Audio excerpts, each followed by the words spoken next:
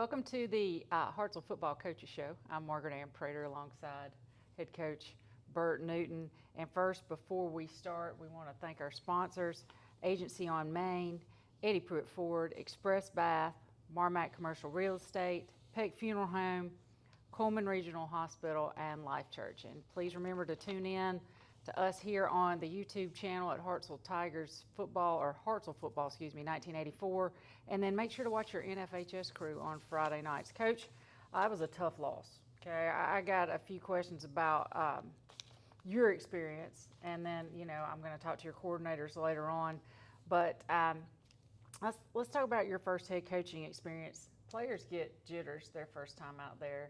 Was anything different from you, or was it just smooth sailing because you've been out there so much? I had a blast. It was fun. The atmosphere was so good. The field was perfect. Our uniforms looked great. The fans were unbelievable. The band was unbelievable. The cheerleaders were unbelievable. And so, you get into one of those high stakes games against a quality 7A program, and what better atmosphere can you ask for? It was so fun, and it didn't come out the way we wanted, but I wouldn't change anything. Awesome. The second question was about the crowd, so you got that covered. I'm going to talk to your offensive, defensive coordinators later on. So I'm going to ask you about special teams. Okay. It seemed it was either kind of feast or famine. So what's your grade for them, and how can they improve, and let's highlight some of the good things they I think, I don't know, B+ maybe if you give me a grade. But I'll say this, the operation of some of the things, like we had a bad snap on punt that cost us, coming out of halftime. And we'll get to work on that and fix that. And I thought Michael kicked the ball really, really well. The one field goal that he got underneath the ball and didn't, he just missed it.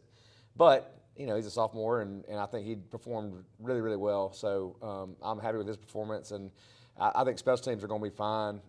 There was one kick return where we tell our returners to catch it coming forward, and we didn't. If he'd have caught it coming forward, I think Jaden Morris would have scored. And so there's little tiny tweaks that we're going to work on and get better at. And so, but I was happy with our special teams, especially with a 15-year-old kicker and the pressure that goes into a game like that. So he did great. I thought our punts were good except for the bad snap. And so looking to just keep growing there. Awesome.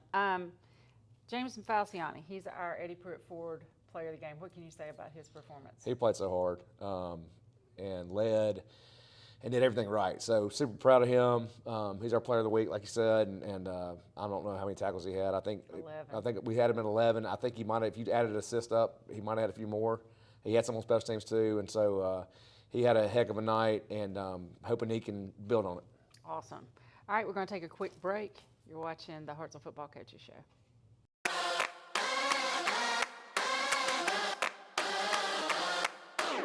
Come see us at Eddie Pruitt Ford. We're a proud supporter of Hartselle Athletics.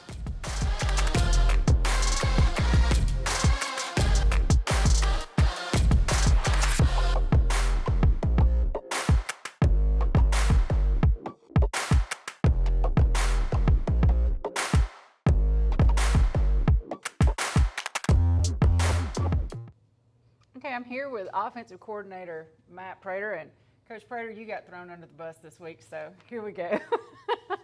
I'm going to start out tough, and then we're going to end on a more positive note. First statistic that jumped out at me, Coach Moore always used the 12% rule, okay? You're supposed to be 88% right, 12% not so great. We were 29. So what can you say about that? Is that first game jitters? Is that just kind of we got to get used to executing this offense? I think it's a combination of things because, with the 12% rule, it's taken anything that's negative that we've done offensively. Obviously, penalties, turnovers, could be negative rushing yards, includes drops and passes. So there's a lot of things that go in the game. A lot of this in this game, some of the plays were some, first game jitters, rivalry game, close game, all those things kind of, rolled into it. So, but it was not where we wanted it to be, to say the least. Okay. Mom told me to go easy on you. I love it. Okay. 2-point conversion, okay? And I heard from a family member on that one too. It wasn't originally supposed to go to Marcus. What happened? Okay, so What we're trying to do in that play, we're trying to get basically tackle eligible through a lot of moving parts to confuse the defense so that they lose that the backside tackle's eligible. So we have multiple shifts and motions in the play. But we've always told, and Noah did a great job on the play, as well as Marcus, you know, yes, we wanted the ball. The ball in that play is supposed to go to Trammell, Hurley. They covered him, and so you kind of got to just invent on your feet. Marcus did a great job keeping running across on the drag. Noah kept the play going, and, you know, we didn't catch it, but we gave ourselves a chance. So. Right, and the penalty flag was an illegal formation, but was it illegal? It was illegal. Okay. When we shifted the left tackle over and put him on the line of scrimmage, the receiver on that side actually stepped off the ball. He's supposed to stay on the ball, which he had done at practice, because we actually practice these plays pretty regular. I guess that there again, first game jitters, like you talked about, kind of got us. He stepped off, and so we only had 6 men on the line of scrimmage. Gotcha. So it was the right call at the time. None of us thought that it was the right call, so when we went back and watched it. There's a lot of confusion there at the end. A lot of things going on. A little bit. Question that I got a lot, you got the ball with 1:30 to go in the game, in regulation. You had 3 timeouts. We kind of sat on it. What was the thinking behind that? Really wanted to see, you know, didn't want to create any more opportunities to lose that possession. So first play come out, throw for 8 or 9 yard gain, couldn't get out of bounds. Go into the next play, we have a drop, and we just didn't feel like we were in a rhythm. And so it was like, look, let's just not have any more negatives. Let's just play for overtime. So that's what we decided to do. Gotcha. I got a Margaret Ann analogy, which is kind of weird, but I was thinking about y'all like an ice cream. Your offense is more of a moose tracks kind of thing. It's got lots of flavors, lots of options, lots of all these kinds of things. It will help you, we know, down the road because it gives you so many options. Was that maybe a barrier in this first game? Was it overwhelming at some point, or were we just not executing like we should? It was more of really an execution. We want a defense to have to defend the whole field. Okay. So we want to keep all of our tags in, our RPO tags into the run game, and we want to throw the ball down the field when we can. You know, we want us to be wide open because that's when we're the best, because that's when it puts the most strain on the defense to defend. You know, if we're just vanilla and running the same basic plays over and over and over, then eventually they're going to be able to get a stop. So it just was more of a, you know, execution. Gotcha. That kind of went into the whole first game scenario. But as far as keeping the playbook open, and no, we're going to always be that way. Okay. Because for us, it just makes us harder to defend. Well, and you play one heck of an opponent. It's not like Right. you started with Cupcake. Based on effort, who exceeded expectations this week? So we're in positive. What group went out there or if you a group or a player that went out there and you're like, daggum, they did better than they did. All right. We had some guys, you know, I thought as far as up front with my guys, I kind of expected them to play the way they did because a lot of them were returning. They've got some experience. They, you know, had played with some confidence. But one of the guys that was kind of a question mark, we didn't know because this is his first game to really start on Friday, was Ethan Haynes, and I thought he played really well, blocked really well. He played a lot of snaps Friday night, which was maybe not in the game plan. He kind of got thrown into the role because of an injury and played well Friday. So I would say he was kind of a bright spot for sure. Awesome. Well, thank you for your time. I know you got a busy day, and we'll be right back. You're watching the. When it comes to college sports, whether it's football, basketball, baseball, or softball, Hartselle is pretty much a town divided. But when it comes to our hometown athletes, we are all Team Tiger, and at Agency on Main, we want to be your hometown real estate team. Whether you're buying or selling, residential, commercial, land, or auction properties, trust the professionals at Agency on Main for all your real estate needs. Go Tigers!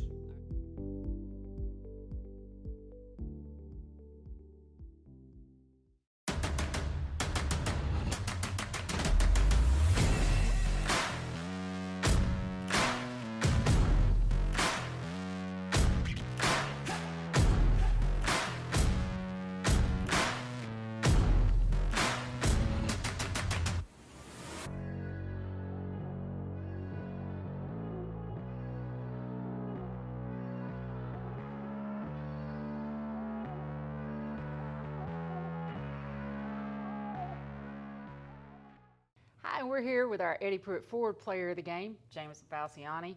And Falciani, congratulations. Going to be obvious kind of with my first question. All right. 106-yard pick six. Two observations.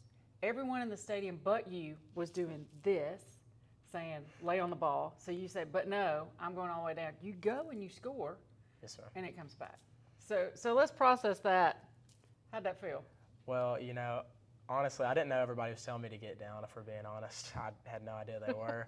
But I knew that I don't get the ball much, so I got the ball. I was going to try to score. Absolutely. And then I got to the end zone, and they told me it didn't count. And I was a little disappointed I ran all that way just for it not to count. And you got to go back and Go in the play next again. play. Yeah. Yes, But it was great while it was happening. I was on sideline. It was awesome. All right. We know that you're constantly trying to improve. You're a creature of habit. So what did you do this summer? Because we're only one game in. What did you do this summer to improve your game? So I worked with Coach Cole a lot, actually, defensive coordinator. I'm working on making sure I got all the calls because I made a position change from strong side linebacker to middle linebacker this year, and making sure I knew all the calls and the formations from middle linebacker because I have to call it out to the rest of the defense. And then besides like working out every day here in the facility, I worked out at home on my own and stuff too to try to get better. That's awesome. Had 11 tackles against Austin, so it must have worked pretty well. Let's get sappy here for a second. If you can thank a coach or family member or somebody who's been influential in your life, who would you thank and what would you say to him? My dad for driving me to all the practices and getting me all the training that I needed throughout the years and always encouraging me to be my best and do my best in everything I do. Awesome. Thanks, Dad. Okay, here's the questions. These are the most fun. Rapid fire, just name the player when I give you the prompt.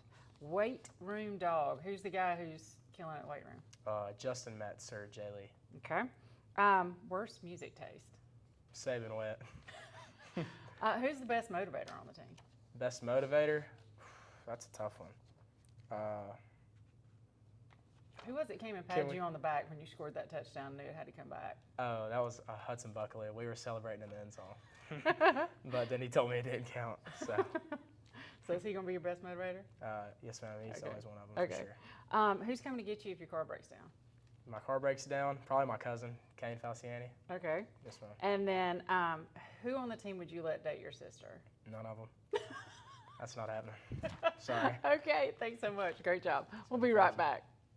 Looking to remodel your home bathroom? Call Express Bath today. They were good people to work with. I had no trouble with them. We always take care of everybody, no matter how big and small. The team of Express Bath, we do what we say we're going to do. The highlight was seeing a new shower in a 60-year-old house. It was a great experience. We're a real company, we're real people, and we love serving real customers. Call us to schedule an appointment today. Express Bath. We'll bring the duck. Alabama owned and Alabama loved. Okay, and we're back. It's time for the defensive side of the ball. I have defensive coordinator Moose Cole here with me. And Coach Cole, I'm going to give you the same treatment as I gave offense. We're going to start out with the not so great and then maybe try to end on a positive note. Just asking first game questions. You know, we're not going to be perfect. I noticed a couple of personnel issues. We had some 12 men on the field, maybe a little confusion with the linebackers. What was the reason for that? Well, I think we had some the one that we had where we got the penalty. I think somebody was coming in from farther back. Maybe we're back down the field a little bit, and then that's definitely something that we have addressed and will address, and can't happen. Defensively is having 12 guys on the field. And we're playing a lot of people, which is it's a positive, right? But it can turn into a negative if you're having substitution issues. But yeah, that'll be something that we talked about and we'll get worked out. Well, and I looked, that was the first thing that popped into my mind was, gosh, they're playing so many more players. I looked at the stat sheet from last year. It's basically the same number. It's just, you got, I think y'all have a lot of options. Well, first game. Yes. I just wanted to ask. I was looking at the stats, and Austin had 2 long sustained drives there at the end of the fourth quarter. You had a 10-play. We blocked the field goal. Then they follow it up with an 85-yard, 14-play drive to tie the game right there at the end, with a minute or so to go. Do you think conditioning on our part played any part of that, or did they just finally get it going, or what was going on there? Well, I think, I made we talked to it, made a cut up of, defensive plays to where we played really well, I thought. And we had a few mistakes, and the mistakes that we had were in big situations. You know, we had Times, yeah.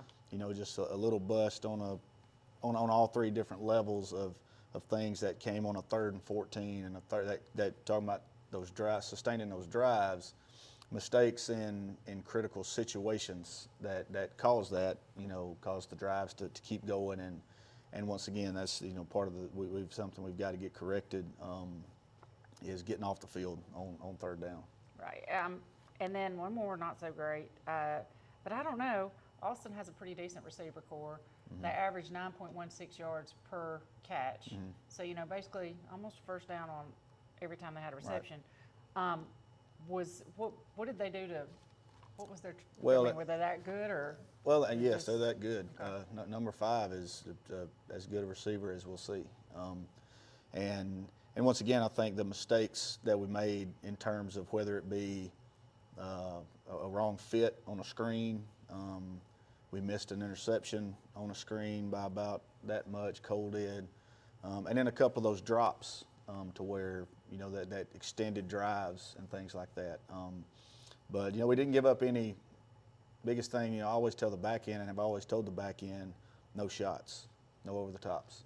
And, you know, there are a couple of those. I know one of those digs that ended up being a first down where we had kind of a misfire on a drop from the stacks. You know, watching the tape, we'd preached dig post, and I looked at the safety, and he's over the top of that post. So, you know, in terms of 9.6, 9.16, we'll I'll take that over 25.2 on a post bomb any day.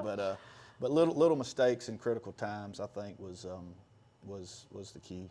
Well, you know, this is game 1. Yeah. Right. But now here's our big positive. You have an all-state 7A running back in the backfield, and you hold their entire rushing effort to 59 yards. I agree. Yep. That's super impressive. That's big. That was yes. Yeah. That was impressive, and that was the thing. The thing all week was, you know, win the box and don't give up any shots, and you'll have a chance to win, which we did. And that guy's a really good player, and I'm extremely happy he's graduating.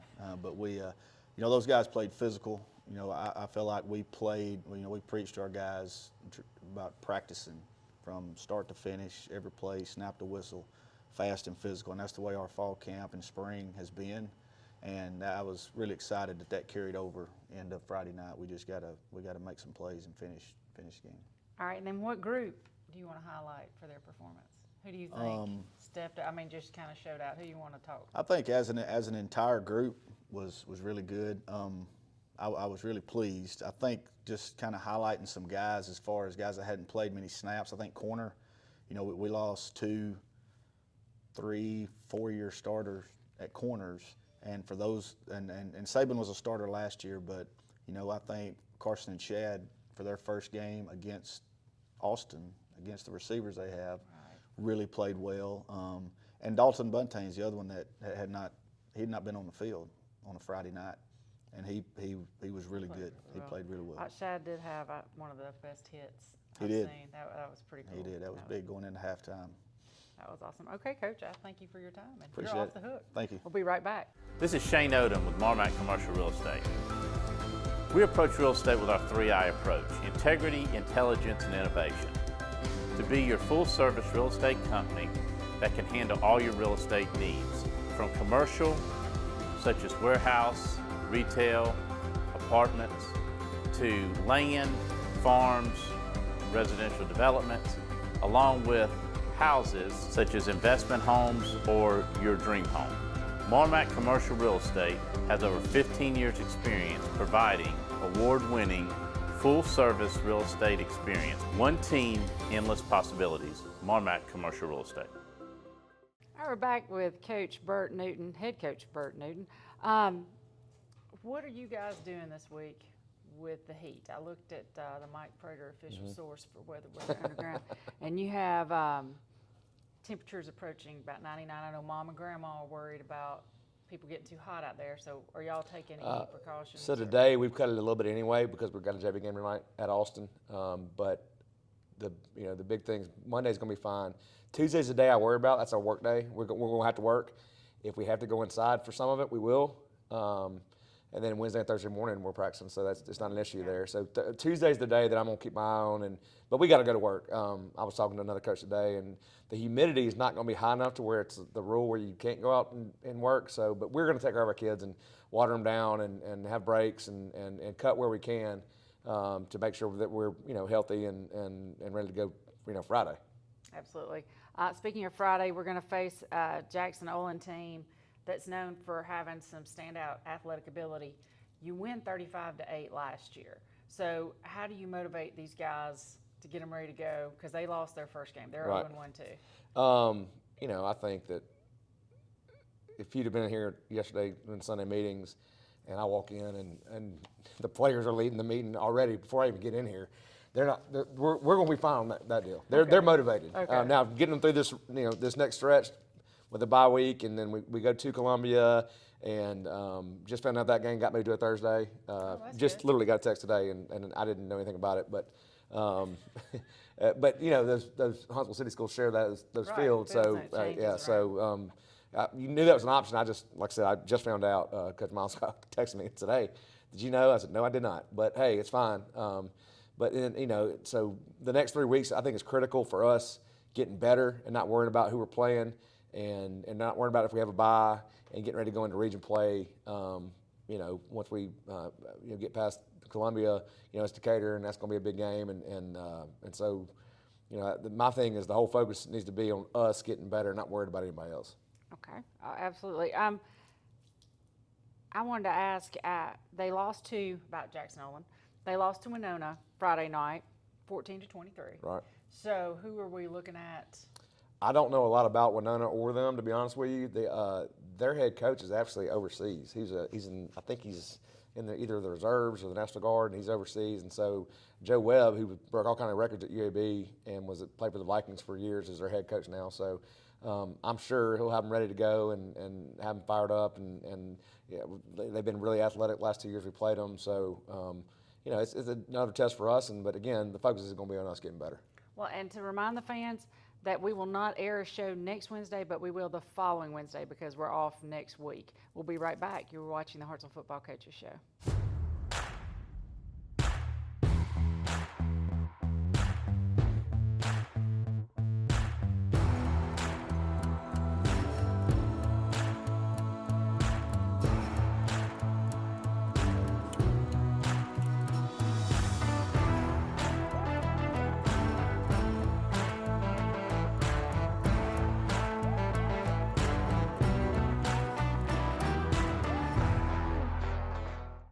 And we're back. We couldn't have a coach's show without an Eddie Pruitt Ford fan question of the week, and we all know who that fan is.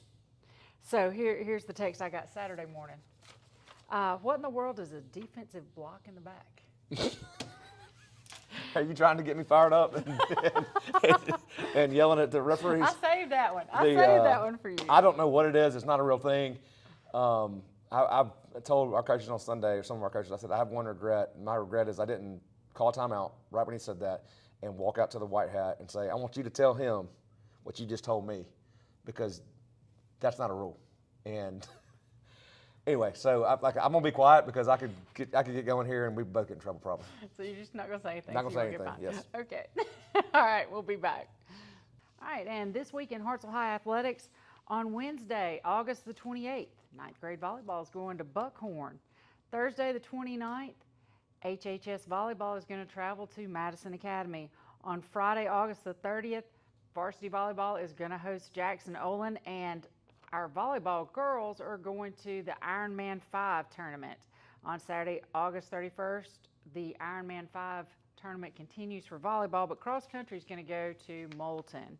On Monday, hey, that's Labor Day. We're all taking the day off, and we will not be hosting that coaches show. Remember, it's going to air the next week.